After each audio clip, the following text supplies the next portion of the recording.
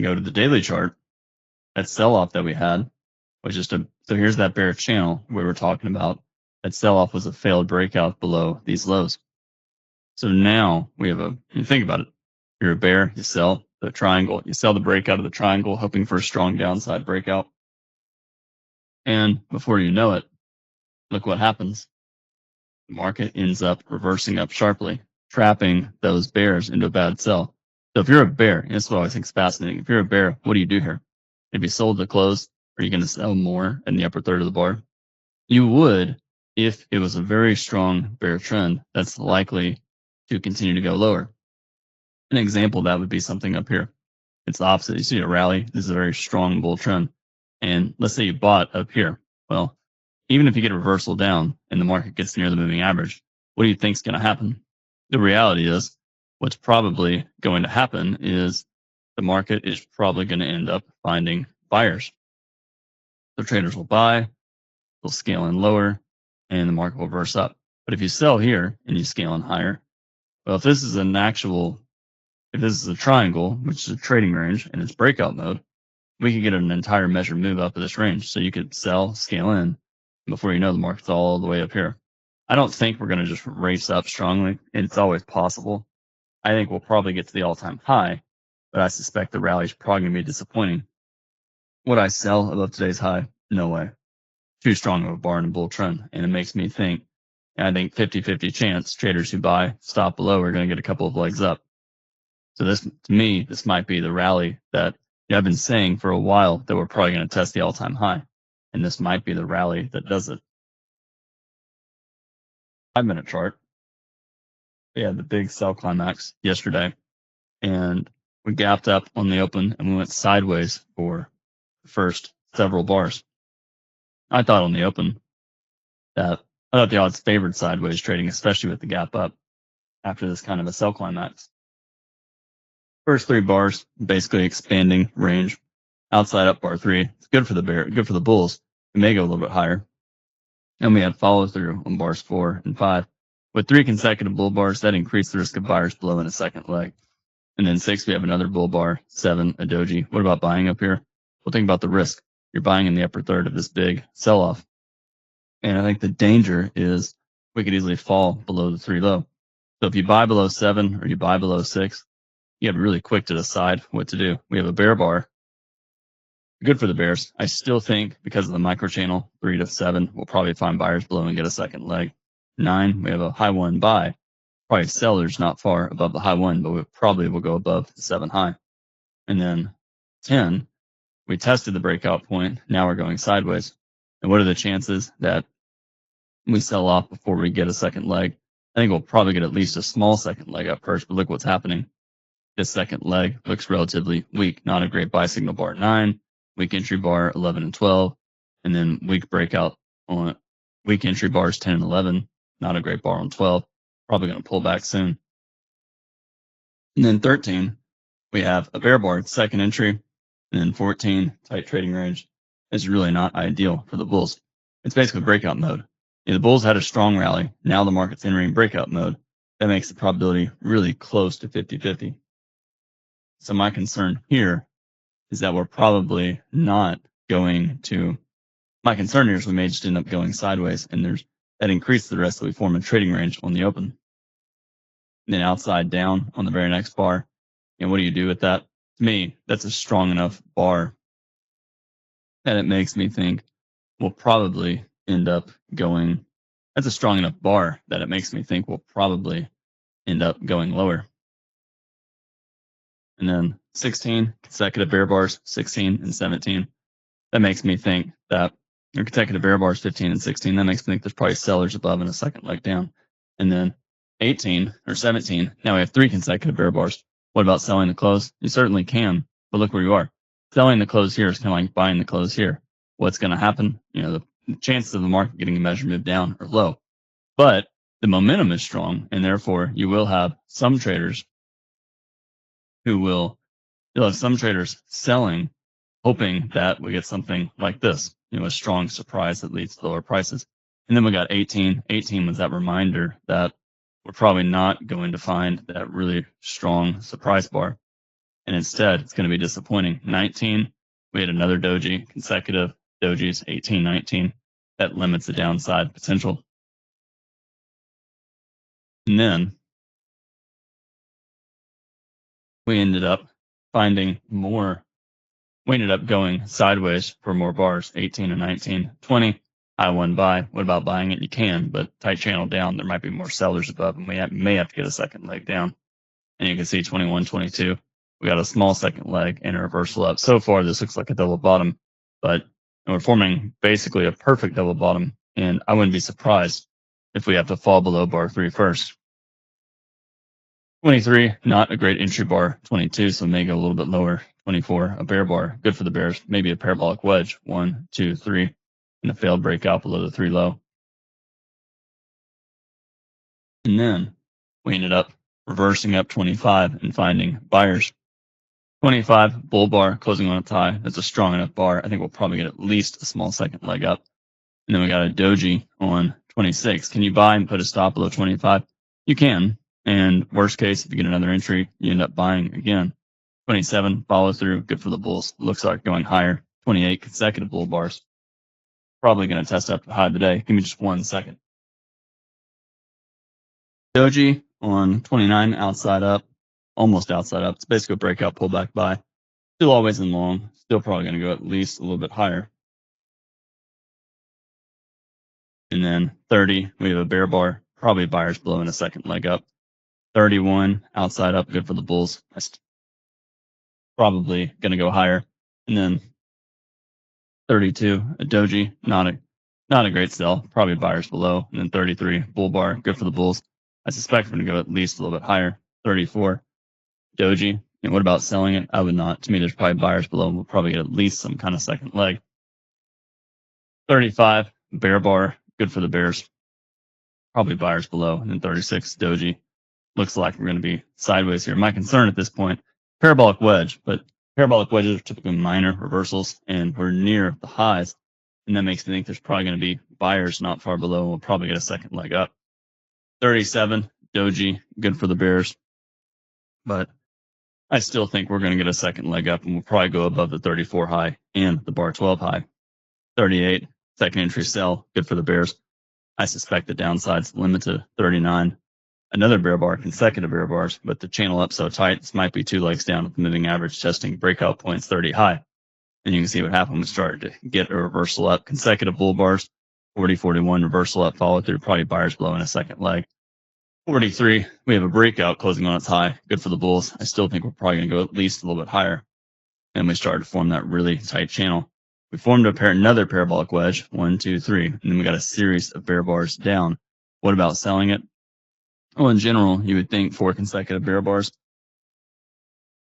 Sellers above and a second leg down, right? True, but a lot of overlap testing breakout points here and at the moving average. That's a pretty strong location for support.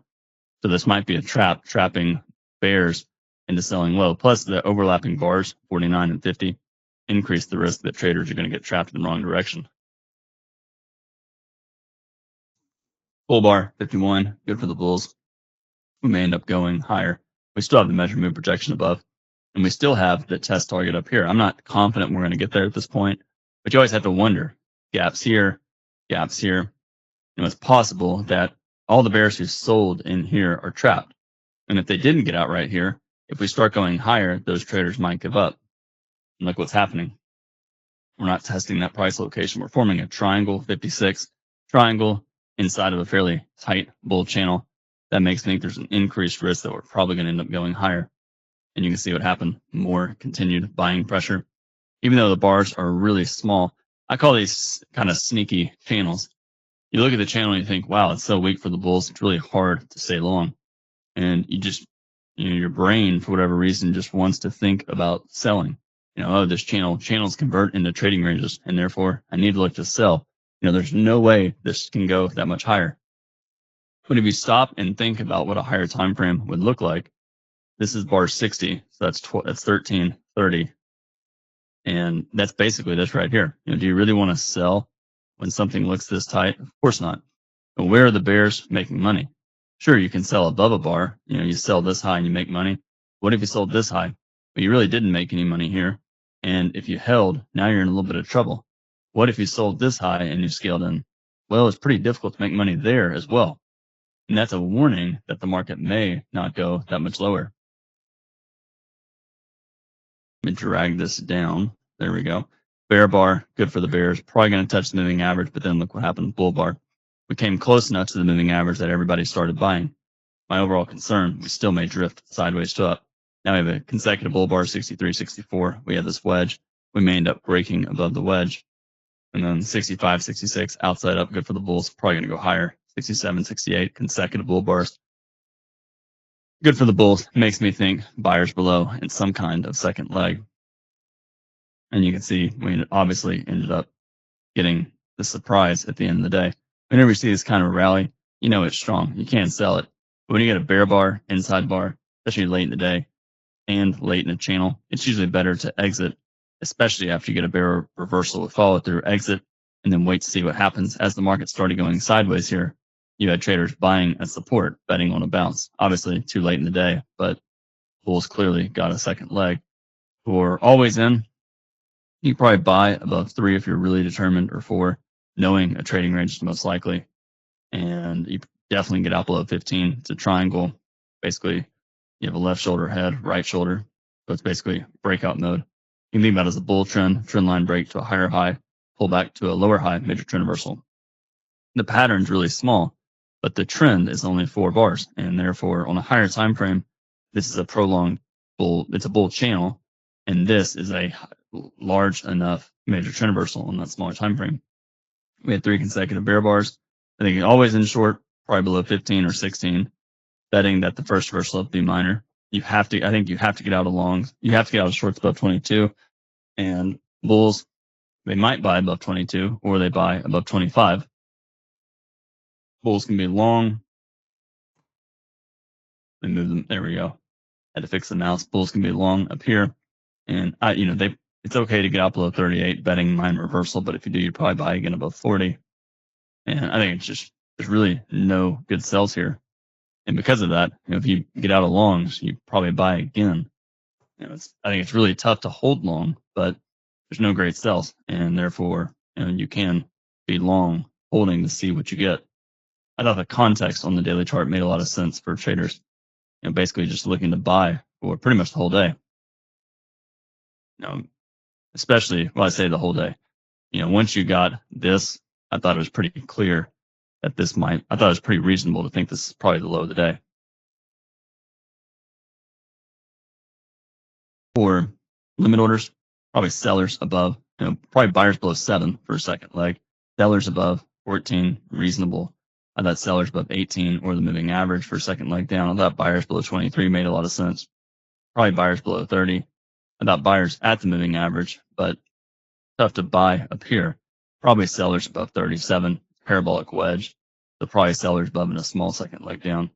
And then here, I pretty much thought buyers below bars. Tough to do it, but realistically, these are not great sells. And if you're really determined, buyers down here at the moving average. Buy the close, sell the close. Probably buy the close on 5 or 6, but if you buy 6, you really need to be able to scale in lower, and it's a scalp. Sell the close, it's probably okay, but middle of the bottom third of the range, it's not ideal. And then I thought buy the close, maybe 30 for a second leg up, and all of this is really better. Buy the pullback, and probably buy the close here, buy the close here. At that point, once you start to get dojis, I think it's it gets more and more dangerous. So it's better to wait for a pullback. Let me take a look at questions. Any thoughts on how tomorrow is shaping up if we were to buy the close of the high right now? Yeah, I don't like this kind of questions because, basically it makes me think that you're going to do what I tell you to do. And unfortunately, the problem with that, one, is you got to take responsibility for your own trade. Number 2, I don't want you to get mad at me if I'm wrong. If I say, I think it's a good buy, if I say that, oh, you should buy this and put a stop here. Well, what happens? It's a triangle. So what happens if you get a low probability event? You trigger the buy, and what if we just get an endless pullback? What if you buy here and you put a stop down here? It's what if tomorrow somehow goes outside down and the next day goes outside up? And the other problem with that is, I'm not going to be talking until Tuesday of next week.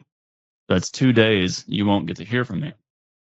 And in general, I think the problem with those kind of questions is you really have to understand the overall plan behind it. And I think I've kind of stated my case there. But in general, what do I think?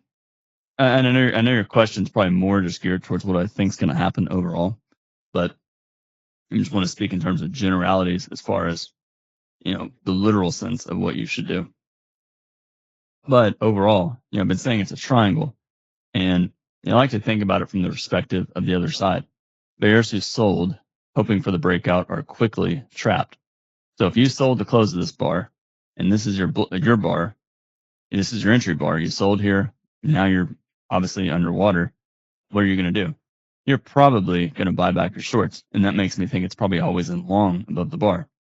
So if you were forcing me to make a decision, and you said that you have to buy or sell right now at the market, how would I structure a trade? Well, it's triangles. I'm probably going to buy, put a stop down there, knowing 50% of the time it's going to work, 50% of the time it's going to stall. And because of that, I suspect we're probably going to try and go somewhere up there. Question about scaling. I was long multiple entries above bar 6 and 7. This is a great question. I already know where this is going. Okay, so I was long multiple entries above bar 6 and 7, and then held and scaled on bars 16 and on bars 21. I held to get out break even. Okay, so I held to get out break even. And the next question, when do you scale in, and what are your criteria for scaling in instead of taking the loss? Okay, yeah, that's a good question. So basically, this person bought up here, they bought more down here, and they ended up getting out break even on the bounce. I think if you're sufficiently disappointed, it's a very reasonable thing to do. You buy here, and then you think second leg up, and instead of this, instead of getting out here, maybe you were thinking a larger second leg, and all of a sudden you get trapped. And you look at this and you think, yeah, it's a two-legged pullback, probably not going to go a lot lower. And you look at that and you say, dang, now we have 3 bear bars. Well, I think it's a trading range, so I don't want to necessarily sell out of my longs. If anything, I want to buy down here. And you look at that and you say, well, now we're at the bottom of a trading range. I don't want to sell out of my longs here. I should probably buy. And the logic behind that, you have to think about it like this.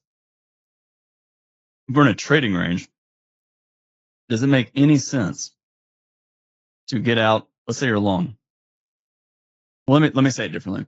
Let's say you have to always be in a position. So you have to be long or you have to be short. You can never be flat. So at this point, let's say you're long.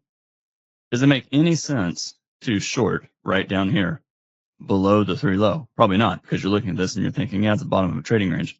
I don't want to, the worst thing people do, they buy up here and then they end up getting stopped out at the bottom of what's likely to be a trading range, only for the market to do this. And that's why a lot of traders, if they buy and they end up not getting out quickly below 16 or 15, they end up buying more at the bottom of the range, betting on a trading range. And so basically they'll buy, they'll scale in, and they'll exit if we get some sort of downside breakout. And to your next question, is getting out break even reasonable? Yes. Now, when do you buy and scale in and hold betting on a second leg? Part of that is context. And I think a lot of traders, if you buy and you've scaled in a couple of times, and you start to look at this and you start to say, okay, bull bar. Yeah, I don't know. If you're really disappointed on the trade, I think it's okay to look to get out break even.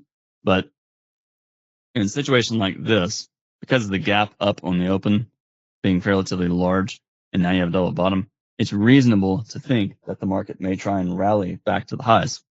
And this is strong enough that I suspect there's probably buyers below.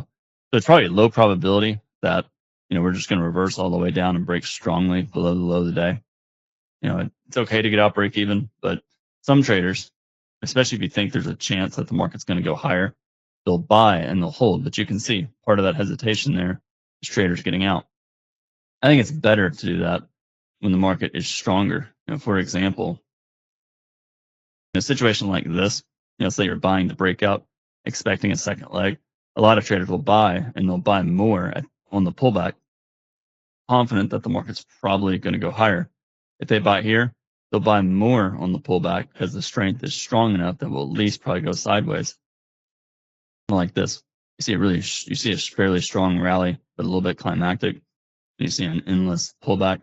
It's not all that unreasonable to buy here and then just buy more at the bottom of the range, expecting some sort of test up. Now, if you bought here and then you bought down here, and this is your bull bar, and then you see a strong bull bar here, a lot of times I'll do that. If I'm long and I scale in, I'm going to give, and if I think it's reasonable, if I'm not totally disappointed on the trade, and I still think there's a chance of a second leg, I'll give it time. I'll wait and see that, this bull bar closes on its high. Okay, that's good for the bulls. Okay, that's another good bar for the bulls. And then I might tighten my stop down here and basically hold the entire trade to see what the retest looks like. Okay, that's another good bar for the bulls. And then, maybe look to start taking half off at the original entry and then see what the remainder does. Something like that. The stronger the trend, the more lots of bull bars up, the stronger the trend, the more traders might buy aggressively on pullbacks. What you want to be careful about, let's say you're long here. If you're buying high at resistance, I think we're in a bear channel on the higher time frame, and you're testing the 60-minute moving average. If you're buying up here and you see a bear bar with follow through, you really want to be careful about buying here and then just scaling in, because obviously in that situation, the market can go down quite a bit. But had a trader bought in here and they scaled in, because in this type of situation, they were really disappointed on the trade. Look what happened, getting out break even. But the reality is, this is not the bottom of the spike. This is the bottom of the spike. So it's really big breakout, pullback, maybe 70+%, and then a bounce. So I hope that answers your question.